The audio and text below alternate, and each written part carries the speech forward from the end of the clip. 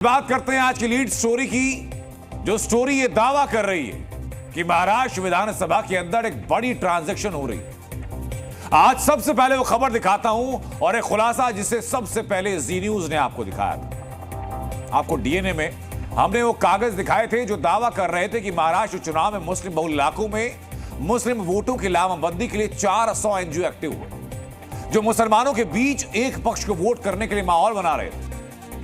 फिर हमने आपको कागज दिखाया कि कैसे उलेमा संगठन ने महाअगाड़ी से मुस्लिम वोटों को ठेकेदार बनकर एक डील रखी। और अब इनसे बड़ा खुलासा मैं करने जा रहा हूं। ये कागज देखिए, ये एक एफआईआर की कॉपी है जिसको कि आपके साथ साथ भी चलाऊंगा मैं। यह एफआईआर दावा करती है कि महाराष्ट्र चुनाव से ठीक पहले करोड़ों रुपए का हेरफेर किया गया। यह एफआईआर जो मेरे हाथ में है यह बताती है कि विधानसभा चुनाव से ठीक पहले 200 खातों में करोड़ों रुपए भेजे गए। ये उस एफआईआर की पहली कॉपी आप देख रहे हैं। जिन जिन धाराओं में मुकदमा दर्ज किया गया ये आप वो देख रहे हैं। इन पैसे का इस्तेमाल कहां किया गया, इसी इस्तेमाल की जांच की मांग की जा रही। और जानते कि कितनी रकम का दावा है। इस एफआईआर के मुताबिक जो कुल रकम है वो 7 अलग अलग राज्यों से अलग अलग खातों में 125 करोड़ रुपए लेन देन का दावा किया गया। ये पैसे महाराष्ट्र के मालेगांव में भेजे गए।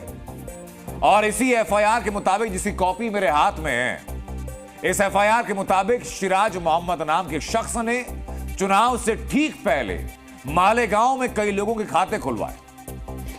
तकरीबन 13 ऐसे खाते थे जिनमें करोड़ों रुपया ट्रांसफर कराया गया। और पैसा आया तो पैसा आने के बाद रातों रात ये पैसा निकाल लिया गया। इस खुलासे की पूरी कड़ी आपको दिखाऊं उसके पहले जरा बीजेपी का दावा आप सुनो। में दिख रहा है कि उद्धव ठाकरे हो या राहुल गांधी कांग्रेस, वो मुस्लिम मतों पे कंसंट्रेशन करके वहां पर 100% मतदान करो, 100% मतदान मोदी भाजपा को हराने के लिए करो। जैसे जी न्यूज ने भी स्टोरी बड़ी दी थी, मराठी मुस्लिम सेवा संघ, वो कह रहे हमारे 400 एनजीओ है। अरे भैया 400 एनजीओ की मायाजाल खड़ी करने के लिए कितनी मेहनत, पैसा। अब हमने उनके भी देखे तब फाइनेंशियल स्टेटमेंट अकाउंट, तो उनके पास तो इतना पैसा है नहीं, उनके पास इतनी रिसोर्स नहीं है। उनकी ऑफिस दूसरे किसी की ऑफिस में खाली बोर्ड लगा दिया है, वो तो ऑफिस दूसरे किसी की है। तो ये पैसा, ये प्लानिंग, ह्यूमन इंफ्रास्ट्रक्चर उनको किसी ने दिया है। किरीट सोमैया ने पैसे के इस हेरफेर को लेकर के चुनाव आयोग को शिकायत भेजी। और चुनाव आयोग को भेजी गई शिकायत में दावा यह किया गया कि मामला सिर्फ मालेगांव तक सीमित नहीं, कुल 7 राज्यों में पैसा भेजा गया है। दावा यह कि मालेगांव से पैसा उत्तर प्रदेश भेजा गया, यह पैसा हरियाणा, मध्य प्रदेश, उड़ीसा और पश्चिम बंगाल तक पहुंचाया गया। यह पैसा गुजरात के अहमदाबाद और महाराष्ट्र के भी कुछ शहरों में पैसा भेजा गया है। दावा यह कि पैसे की इस ट्रांजैक्शन के लिए कुल 200 बैंक खातों का इस्तेमाल किया गया। दावा यह कि पैसे को पहुंचाने के लिए कुल 2500 बैंक ट्रांजैक्शन की गई। बीजेपी नेता का दावा यह भी कि इस पूरे ऑपरेशन को अक्टूबर के महीने में शुरू किया गया था। और किरीट सोमैया इस मामले में बड़ी एजेंसी से जांच की अपील कर रहे हैं।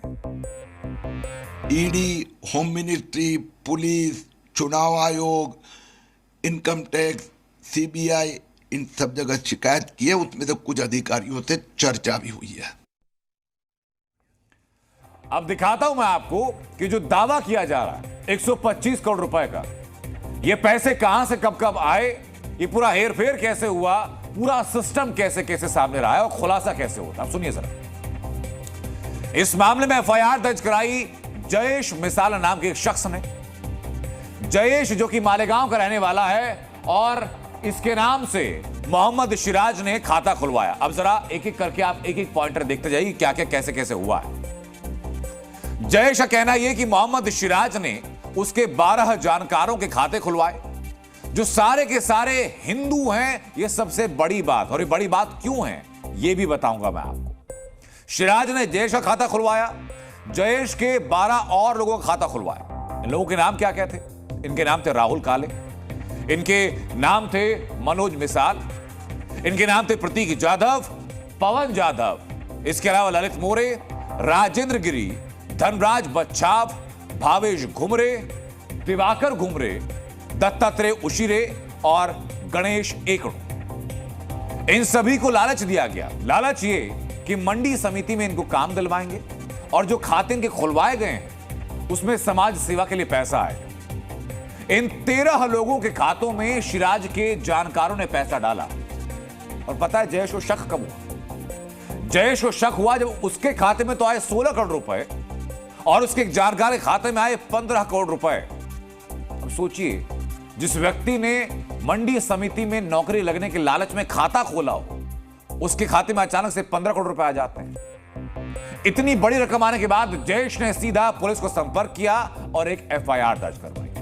खास बात यह कि मोहम्मद शिराज ने करोड़ों रुपए तो भेजे, लेकिन सारे के सारे खाते सिर्फ हिंदुओं के थे, और वो भी तब जब मालेगांव में 78% की जो आबादी है वो मुस्लिम आबादी है। और इस वजह से भी शक जाहिर किया जा रहा है कि कहीं शिराज को उम्मीद तो नहीं थी कि मालेगांव का हिंदू होने की वजह से खाता धारकों पर किसी को शक नहीं होगा और उसके पैसों का ये हेरफेर पकड़ा नहीं जाए। मालेगांव में हुए इस ट्रांजैक्शन को लेकर बीजेपी नेता इसलिए शक कर रहे हैं क्योंकि धुले लोकसभा कॉन्स्टिट्यूएंसी के जो नतीजे आए थे वो बेहद चौंकाने वाले थे। आपको हैरान करने वाली जानकारी बता दें कि धुले लोकसभा कॉन्स्टिट्यूएंसी में 6 विधानसभा आती हैं, जिनमें से जब लोकसभा के नतीजे सामने आ रहे थे उस दौरान 5 विधानसभा कॉन्स्टिट्यूएंसी में बीजेपी 1,90,000 वोटों से लीड कर रही थी, जबकि जब मालेगांव सेंट्रल विधानसभा सीट की मतपेटी खुली तो उसमें बीजेपी 1,94,000 से पीछे चली गई। यानी कि जब पूरा आंकड़ा निकाला गया तो 3,831 वोट से बीजेपी हार गई। मालेगांव का नाम आने से वोट जिहाद का दावा क्यों किया जा रहा है, यह आपने समझा। अब मैं बताता हूं आपको कि महाराष्ट्र में चुनाव के दौरान कथित वोट जिहाद के लिए भेजे गए 125 करोड़ के इस एक्सक्लूसिव एक्सपोजे पर पुलिस ने क्या क्या धाराएं लगाई गई, सुनिए जरा। इस मामले में पुलिस ने बीएनएस की धारा 3 का सेक्शन 5 लगाया। इसका मतलब है कि इस केस में शामिल हर शख्स की समान जिम्मेदारी होगी। इसमें 316 का सेक्शन 5 जो कहता है कि अगर कोई सरकारी या बैंक कर्मचारी विश्वासघात करने का अपराध करे तो उसे 7 साल की सजा। इसमें धारा 318 लगाई गई का सेक्शन 4 लगाया गया। इसमें भारतीय न्याय संहिता की धारा 336 का सेक्शन 3 लगाया गया। भारतीय न्याय संहिता की धारा 338 इसमें लगाई गई और इसके अलावा इस धारा 340 का सेक्शन 2 इसमें लगाया गया। इन धाराओं में मामला दर्ज किया गया। जी न्यूज़।